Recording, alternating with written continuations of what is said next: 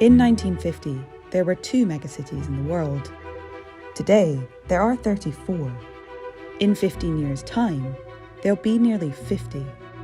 Really big cities are great things. They're some of the greatest things that mankind has ever created. They make people wealthier and more productive.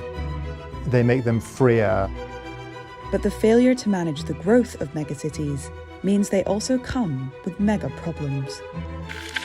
Overcrowding, pollution, filth, slums. And it could get much, much worse. By 2050, over 6 billion people could be living in cities.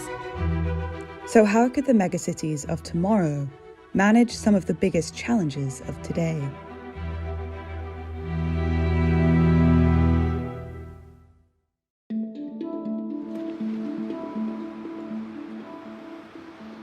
Cities are growing faster than ever before.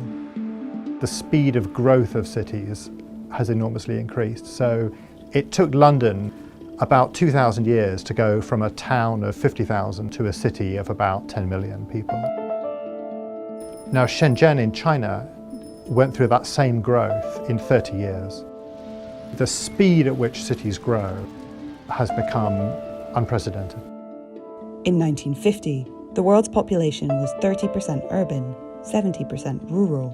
By 2050, it will be the other way round, with almost 70%, or 6 billion people, in cities.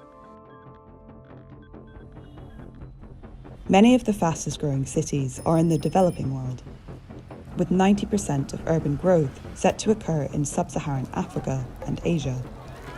And in these areas, megacities, cities with over 10 million inhabitants, are already struggling. Take Mumbai, home to over 20 million people, many of whom live in poor conditions due in part to poor urban planning.